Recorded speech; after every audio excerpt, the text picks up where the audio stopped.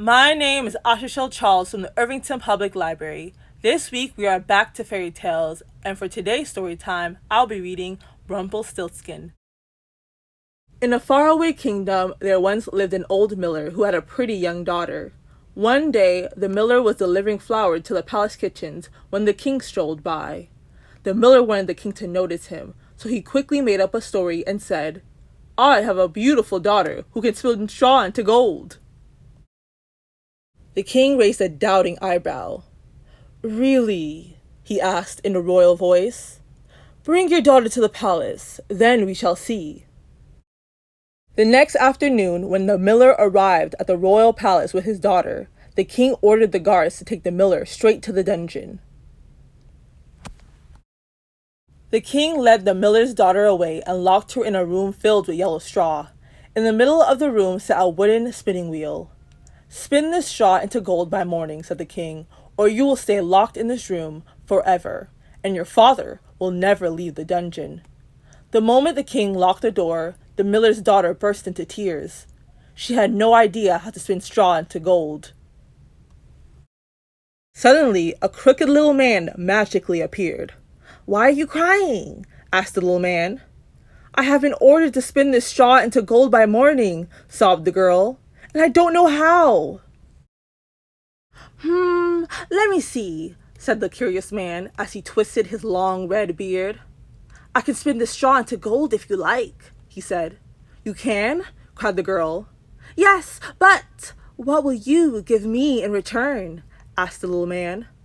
"I can give you my mother's necklace," said the girl. "Here, take it." The crooked little man snatched the necklace from the miller's daughter and sat down at the spinning wheel. As the wheel turned slowly, it made a soft whirring sound. The girl soon fell asleep. The next morning, when she awoke, the sun was shining through the window. The strange little man had gone, but next to the spinning wheel was a huge pile of golden thread. When the king unlocked the door, he was amazed to find a pile of glittering gold where the straw had been. But the king was a greedy man. He immediately took the girl to a bigger room filled with even more straw. "Spin this straw into gold," the king commanded, locking the door behind him, "or you'll never see your father again." At the sight of all that straw, the poor girl fell to her knees in tears. She was sobbing so loud she didn't hear the crooked little man magically appear again. "What will you give me if I spin this straw into gold?" asked the little man. The girl jumped with surprise. "Oh, it's you!" she smiled. "All I have left is my mother's ring." "I'll take it," he replied. The curious little man grinned with glee as he slipped the ring onto his long, bony finger. Then he sat down at the spinning wheel. The wheel hummed, and the miller's daughter was soon fast asleep. When she woke, it was morning, and once again the room was filled with golden thread. Gold covered the bed, and gold covered the table. Gold was everywhere. The king was overjoyed, but his eyes shone greedier than ever as he led the girl to the largest room in the palace. It was filled from floor to ceiling with yellow straw. "If you spin this straw into gold," said the king, "I will free your father and crown you as my queen." Alone in the room, the girl once again hung her head in despair. She had never seen so much straw in her life. Suddenly, a voice made her jump. "What will you give me if I spin this straw into gold?" asked the little man. The girl looked up. "I have nothing left to give," she sobbed.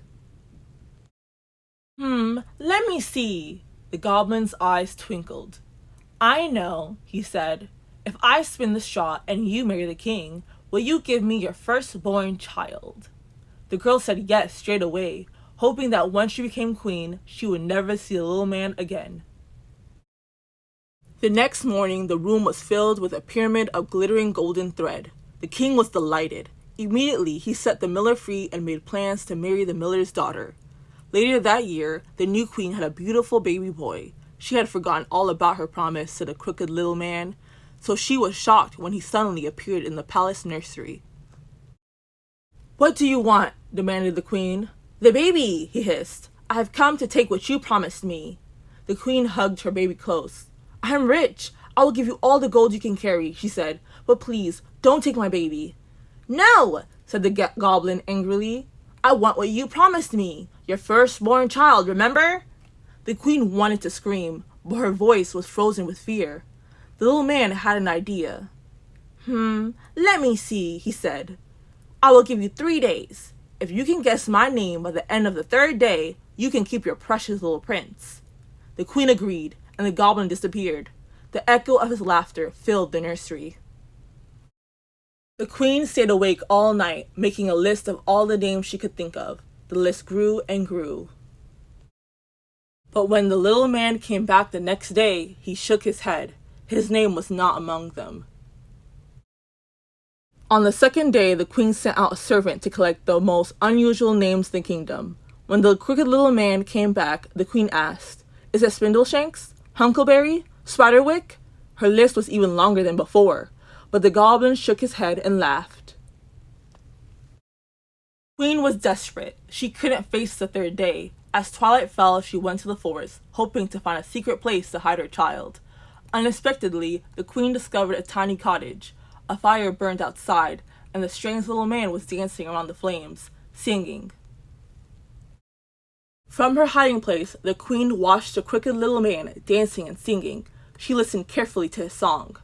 "They are big and I'm small, yet I'm smarter than them all. She made a deal, she crossed the line. Her little prince will soon be mine, and she will never win this game, for Rumpelstiltsin is my name."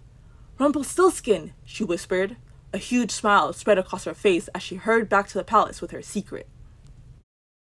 The queen waited in the nursery for the morning sun to rise. Finally, the wicked goblin appeared. "Well, my queen," asked the little man, "this is your last chance. What is my name?" Let me see," said the queen. "It's not Harry or Henry, is it? And it's not John or Jemmy?" The goblin jumped up and down, shaking his head. "And it's not Caspar, Melchior, or Balthazar?" "No, no, no," said the goblin with glee. "Then it must be Rumpelstiltskin," smiled the queen triumphantly. "No!" screamed Rumpelstiltskin. "You must have cheated! Cheat! Cheat!" The angry little man stomped his feet and tore at his beard and hair. He was so furious that he burst into golden flames, and he was never, ever seen again. The end. Thank you everyone for joining me in this week's story time. If you liked today's video, please like and subscribe for more, and I will see you next week. Bye!